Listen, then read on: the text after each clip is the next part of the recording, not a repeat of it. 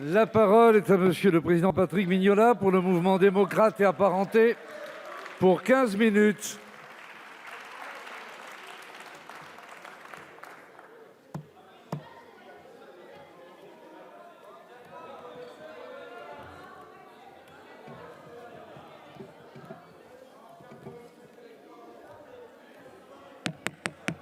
S'il vous plaît, seul Monsieur Mignola a la parole. Monsieur le Président, Monsieur le Premier ministre, Mesdames et Messieurs les ministres, chers collègues, les Français nous observent avec incrédulité. Ils ont mis des mots sur le mal, mais ils doutent encore de notre capacité à être à la hauteur de leurs attentes. Depuis des décennies, ils ont été si souvent déçus. Nous devons donc être dignes en rapportant leurs paroles. Monsieur le Premier ministre, et je vous en remercie, vous nous avez montré la voie tout à l'heure, celle qui va permettre de répondre à cette crise et au-delà. La grande dépression nationale qui s'est progressivement répandue dans le pays depuis 30 ans, sentiment d'abandon individuel et territorial, perte de repères et de projets collectifs, n'est en effet pas qu'affaire de parti ou de parti pris. Elle interroge tout notre corps politique et social. Elle n'est pas non plus qu'affaire de résultats matériels. Nous avons un chômage qui baisse, des impôts qui baissent, des comptes publics qui se redressent et une croissance plus solide qu'ailleurs. Mais même avec un pays envié de tous, une terre fertile pour ceux qui la travaillent comme pour ceux qui y travaillent, avec des cadres de vie si divers que chacun est amoureux de ses racines géographiques, le mal est tout de même là. Le Président de la République en a pris la mesure et, réagissant aux inégalités les plus criantes, il a d'abord permis aux Français les plus modestes de bénéficier des premiers résultats de la politique du gouvernement. Tous ceux qui les minimisent depuis des semaines devraient un peu mieux connaître ce que ces mesures de justice sociale ont d'ores et déjà apporté à nos compatriotes. Oui, le chômage baisse, il est à son plus bas niveau depuis 10 ans, le pouvoir d'achat augmente continuellement depuis 23 mois, le taux de pauvreté baisse fortement aussi, il est un des plus bas de l'Union européenne. Le bilan d'Emmanuel Macron est déjà meilleur en 2 ans que ceux de ses prédécesseurs en 10.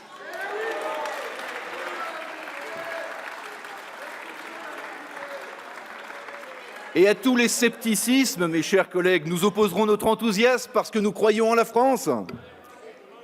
Mais malgré ces résultats concrets, le président a aussi mesuré la démoralisation du pays, usé par 30 ans d'engourdissement. Reconnaissons humblement que la situation était pire encore que nous le pensions. Au-delà même des enjeux de leur quotidien, les Français sont révoltés que leur pays soit devenu celui des plafonds de verre, des inégalités croissantes, des nés quelque part, au mauvais endroit, au mauvais moment, avec le mauvais nom, ou sans les privilèges ou les relations qui feront que. Ça, c'est révoltant, comme vous l'avez dit, Monsieur le Premier ministre.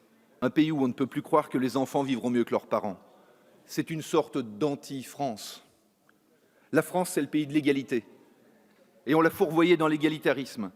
Cette fausse égalité seulement matérielle de résultats et de situations, où chacun finit par s'épier ou s'envier. Mais l'égalité française, c'est l'égalité en droit. C'est donner plus à ceux qui ont besoin et moins à ceux qui ont déjà. C'est celle qui permet la juste récompense du mérite et de l'effort et la liberté des choix. L'égalité, c'est que d'un même effort vienne une même progression. C'est lutter à toute force contre les inégalités de naissance pour garantir l'égalité des chances. Et c'est donner une deuxième chance ou une troisième chance à ceux qui n'ont pu les saisir. Voilà ce qu'il faut réparer. Et pour cela, les Français nous ont appelés à sortir de la myopie étatique pour être mieux reconnus et de l'atonie démocratique pour être mieux représentés.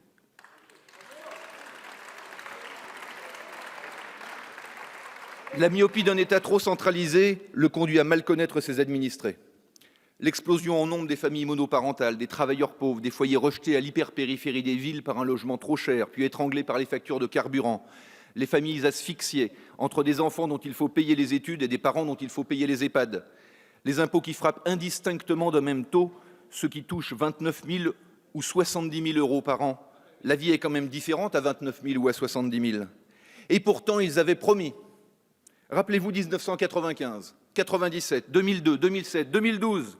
Ils nous avaient promis de réformer l'école, de réformer les impôts, de réformer la santé et les retraites, de réformer le financement de la protection sociale pour qu'il ne pèse plus seulement sur les travailleurs, de réduire la fracture sociale, de mieux taxer le capital et moins le travail, de réguler le capitalisme pour qu'il ne provoque ni ne se nourrisse d'inégalités croissantes, de protéger le vivant, de lutter contre le réchauffement climatique, d'équilibrer le budget pour qu'on n'ajoute pas à la dette environnementale et sociale une dette financière au fardeau de nos enfants. Ils avaient promis et ils n'ont pas fait. Et depuis si longtemps, à la mondialisation, les uns ont répondu, il y a 20 ans, par les 35 heures, qui ont ébranlé l'hôpital public et enrayé la machine économique. Il n'y avait que nous pour inventer ça. Le travail étant reconnu comme une aliénation, en décrétant le travailler moins pour travailler tous, les salariés de ce pays étaient devenus interchangeables, rognés dans leur talent et dans leur mérite, dans leur dignité. Aux 35 heures, les autres ont répondu qu'ils les supprimeraient. Et ils ne l'ont pas fait non plus. À la crise des banlieues, ils ont tous proposé un plan Marshall, mais ils y ont mis plus d'argent que d'humains, plus de béton que d'attention. À la dette, ils ont répondu réforme de l'État, qui n'a eu pour concrétisation que le nom d'un ministère. Au chômage de masse, un autre ministère, du redressement productif, qui n'a redressé ni la production, ni le déficit commercial. Et sur le terrain, on a fait des intercommunalités pour faire ensemble, mieux que seul dans son coin communal. Résultat, on a fait intercommunal, mais on continue aussi à faire communal. En voulant simplifier le millefeuille, on est parvenu à faire une couche de plus.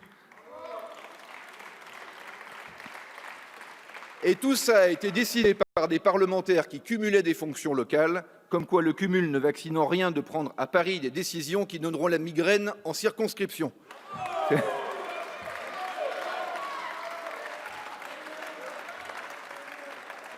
Pour contredire Daniel Pénac, écrire l'histoire, ce n'est pourtant pas foutre la pagaille dans la géographie, mais localement, on a conduit des politiques pas toujours économes d'argent public et on a parfois développé de façon inconséquente. Reconnaissons que l'étalement urbain, souvent pour éviter de reconstruire la ville sur la ville ou de densifier les bourgs, a conduit à des détresses sociales et écologiques. À grands coups de lotissements pavillonnaires égarés, l'urbanisme local a inconsciemment fomenté la crise des Gilets jaunes, ceux du début, qui disaient que leur éloignement les condamnait à la bagnole tous les jours. Et ce mitage du territoire, cet aménagement sans ménagement, a consommé en France plus d'espaces naturels et agricoles depuis la Seconde Guerre mondiale que depuis le début de l'humanité. Ça aussi, mes chers collègues, il faut le réparer. Après tout ça, c'est normal que les Français doutent. Et pourtant, ils votent. Ils débattent, ils croient, ils ont défilé en jaune ou en rose, en rouge, en vert, dans la rue ou dans leur tête ou dans les sondages. Des milliers de contributeurs aux garants de la 4e circonscription de la Savoie, ce grand peuple politique croit encore à la politique. Il nous faut donc leur proposer de reconstruire ensemble, du commun, avec des symboles et des ciments.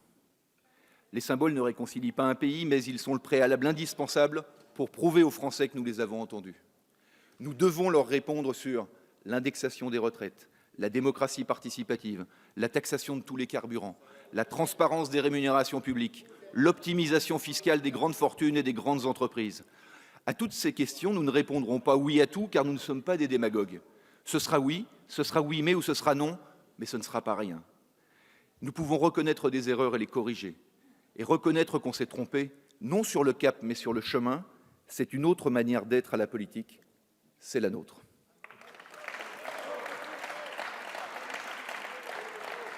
Après les symboles, les ciments qui peuvent réunir le pays. L'emploi d'abord et le combat contre le chômage de masse. Si la crise des Gilets jaunes est celle du pouvoir d'achat, le premier pouvoir d'achat, c'est d'avoir 2 salaires à la maison plutôt qu'un seul ou un et demi, et parfois seulement un temps partiel pour un parent élevant seul ses enfants. L'emploi est bizarrement passé sous les radars du grand débat, mais le combat est lancé. Ramener les chômeurs vers l'emploi par la réforme de l'assurance chômage, la formation tout au long de la vie et le réarmement industriel du pays. On se plaint d'avoir 56% de dépenses publiques dans le PIB. On peut faire baisser les dépenses publiques et c'est sûrement nécessaire. Mais le mieux est encore de faire augmenter le PIB. Le logement ensuite, sujet qui concerne aussi tout le monde. C'est le premier poste de dépenses des Français et on ne l'a évoqué que de loin dans le grand débat. Construire massivement, rénover puissamment, appliquer réellement la loi sur le terrain pour arrêter l'hémorragie sur les zones naturelles et agricoles, et sans toutes ces injections d'argent public qui, depuis 30 30 ans ont plus fait monter le prix des terrains que baisser celui des loyers. Les seniors, enfin, nous sommes tous concernés parce que nous vivons aux côtés de la première génération aussi nombreuse à vivre aussi longtemps.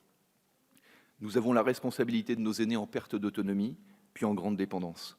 Nous leur devons une dignité jusqu'aux dernières heures de la vie. Et franchement, les Français savent tous qu'il faudra cotiser plus pour y arriver. Ils sont responsables sur ce sujet et ils savent que la valeur d'une société se mesure aux soins qu'elle prend des plus fragiles. Parce qu'au fond, ces combats sont ceux de la vérité. On prétend que les retraités vivent mieux que les actifs dans notre pays. Encore une myopie. C'est vrai pour ceux qui sont propriétaires de leur logement, pas pour ceux qui sont locataires à vie. Les premiers attendent d'abord de transmettre le fruit d'une vie à leurs enfants. Et quand on n'a qu'un seul bien, celui d'un toit quotidien, il est bien normal qu'on attende que l'État n'en capte pas encore un morceau via la fiscalité des successions. Ceux-là ne sont pas riches d'une rente, mais simplement d'une vie de travail.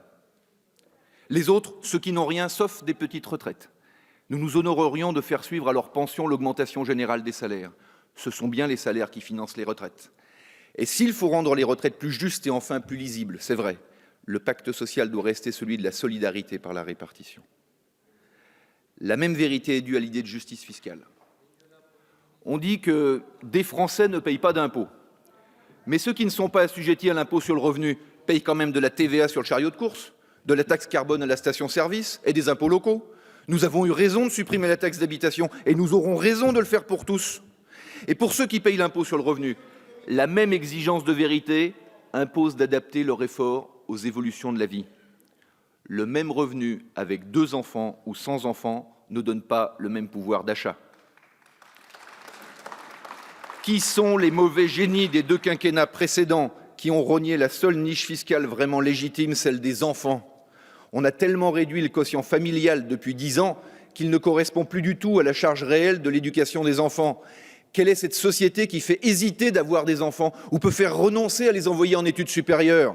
Oui, il faut baisser les impôts, Monsieur le Premier ministre, nous sommes d'accord avec vous. Et d'abord ceux des Français qui élèvent, quel beau mot, des enfants, et aider tous les autres par des allocations familiales qui correspondent à leurs efforts. Vous avez pointé à raison l'exaspération fiscale. Vous nous trouverez à vos côtés pour nous débarrasser en priorité des impôts qui taxent l'avenir. Mes chers collègues, la France attend une action publique mieux déconcentrée, mieux décentralisée, qui fasse confiance à l'expertise locale. Une représentation politique qui dise ce qu'elle fait de la souveraineté nationale. Pas de démocratie sans démocratie représentative, car il n'y a pas de démocratie sans élection. Mais pas de démocratie représentative sans lien permanent avec les électeurs. Nous ne disposons pas d'un chèque en blanc. Des lois d'origine citoyenne, des référendums d'initiative partagée, moins d'élus, mieux élus, en reconnaissant le vote blanc et en instaurant une vraie dose de proportionnel. Et s'il faut réduire le nombre d'élus en moins grande proportion pour qu'ils soient plus représentatifs, expliquons-le et assumons-le.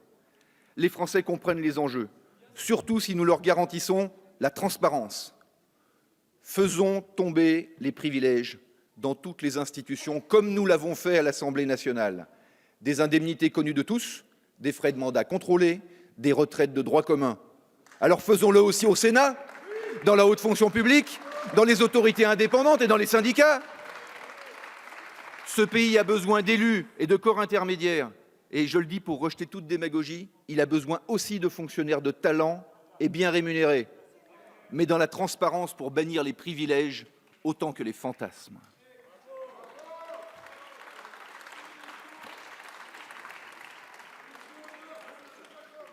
Mes chers collègues, en disant la vérité, nous pouvons reconstruire ensemble la société de l'égalité. La France n'est pas une ethnie, ce n'est pas qu'une géographie, ce n'est pas une religion unique et pas toujours une seule langue. C'est un peuple moins relié par des origines que par une destinée commune et par la passion du juste comme message adressé au monde. C'est cette France-là que les Français veulent retrouver, en étant mieux associés à sa vie publique. La démocratie a changé et elle doit être celle de la co-construction de la décision politique. Pour le mouvement démocrate, aimer la démocratie, c'est savoir la partager. Prenons cet engagement aujourd'hui, que ce grand débat permette aux Français de reprendre leur citoyenneté en main. Le citoyen n'est pas un consommateur, rappelle souvent François Bayrou. C'est un producteur d'idées, de conviction, d'engagement, de solidarité. Alors que la démocratie française devienne celle du grand débat permanent pour un grand dessein collectif, avec tous les élus de la majorité, nous nous y engageons. Je vous remercie. Merci, Monsieur Mignola.